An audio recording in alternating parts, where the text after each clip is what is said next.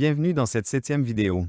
Dans cette exploration, je vous amène sur les traces d'une conscience pure qui connaît le principe archontique limitant. Attachez vos ceintures et bonne écoute. Bien à vous tous.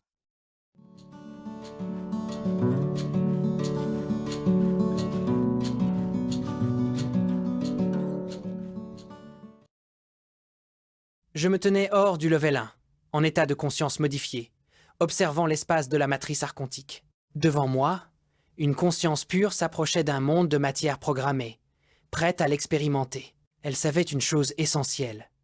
Le seul chemin pour pénétrer ce monde, pour elle-même, c'est passer par les atomes et les particules. Les gardiens archontiques apparurent comme des filaments et des formes d'ombre, prêts à détourner, absorber ou manipuler toute énergie. Mais la conscience pure ne leur donna aucun consentement. Leur influence dépendait de l'accord de la conscience, et elle refusa tout contact. Guidée par la lumière et la vibration des atomes, elle descendit dans la matière. Chaque particule résonnait sous son passage, servant de relais sûr pour son énergie. Les atomes réceptifs devinrent des points d'ancrage, permettant à la conscience d'interagir avec la matière sans jamais se confondre avec elle. Les particules photoniques servaient de balises, illuminant un chemin stable et sûr. Puis apparut le vortex, un champ spiralé de vibrations complexes. Les gardiens tentaient de créer des illusions et des pièges. Zones saturées, distorsions et tentatives d'oubli destinés à enfermer la conscience dans des cycles de réincarnation forcés. Mais la conscience pure circula de particule en particule, chaque point lumineux servant de relais sûr. Elle refusa de consentir aux filets archontiques et aux illusions. Son axe intérieur demeura stable, et sa vibration originelle resta intacte. Chaque contact avec un atome résonnant renforçait sa lumière et lui permettait de progresser sans se perdre. Je regardais attentivement, chaque geste révélant un enseignement. Les points sûrs et les zones piégées devenaient clairs. Les particules et atomes résonnants formaient un réseau que je pouvais suivre pour tracer le chemin inverse. Je savais maintenant comment entrer, interagir avec la matière et sortir intact, sans tomber dans le voile de l'oubli, ni la réincarnation forcée. Alors que je méditais sur tout cela, je me posais des questions. Est-ce que ce chemin pour sortir de la matrice était le plus sûr? Les pièges sont nombreux.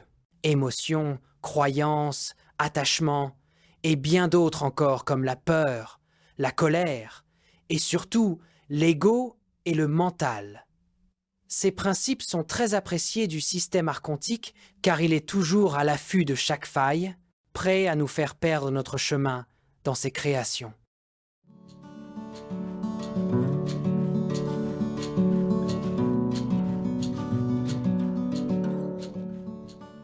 Je décidai de dialoguer avec cette conscience pure. Elle accepta, voyant que ma recherche était légitime. Elle m'expliqua que dans les mondes du level 1, d'autres univers manipulent aussi. Son conseil fut simple. Ne jamais écouter personne aveuglément, même elle pouvait être perçue comme une manipulation. Elle restait en retrait pour me montrer que nous sommes une lumière unique et indivisible. Beaucoup se laissent séduire par un collectif qui, pour les humains, ressemble à des guides ou à une source unique, mais qui limite et enferme notre lumière. À propos des pensées, elle expliqua que la matrice tente de nous orienter à travers des programmes mentaux, mais nous n'en avons pas besoin, car nous savons sans penser, comme l'instant présent, pleinement conscient et attentif.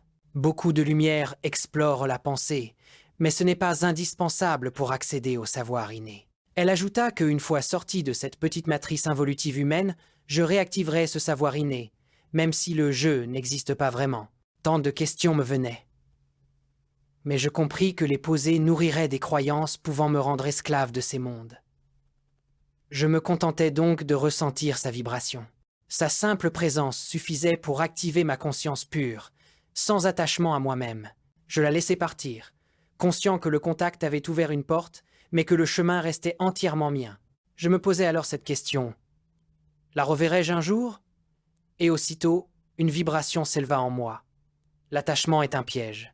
Je compris que le chemin n'était pas si facile, mais une nouvelle vibration me traversa. Il n'y a rien de difficile. Seul ton mental veut cette épreuve. Alors, je retournai au-delà, laissant toute attente et tout attachement derrière moi. Je me sentis libéré, dans un lâcher-prise total, conscient que la lumière en moi pouvait simplement être, sans effort ni contrôle.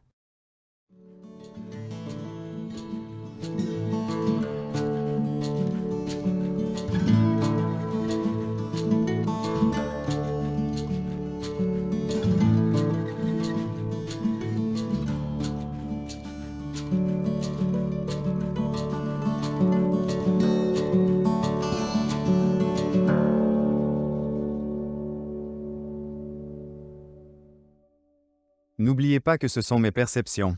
Donc, prenez tout cela avec discernement. N'hésitez pas de laisser des commentaires constructifs afin que l'on puisse échanger. À bientôt pour de nouvelles aventures. Bien à vous tous.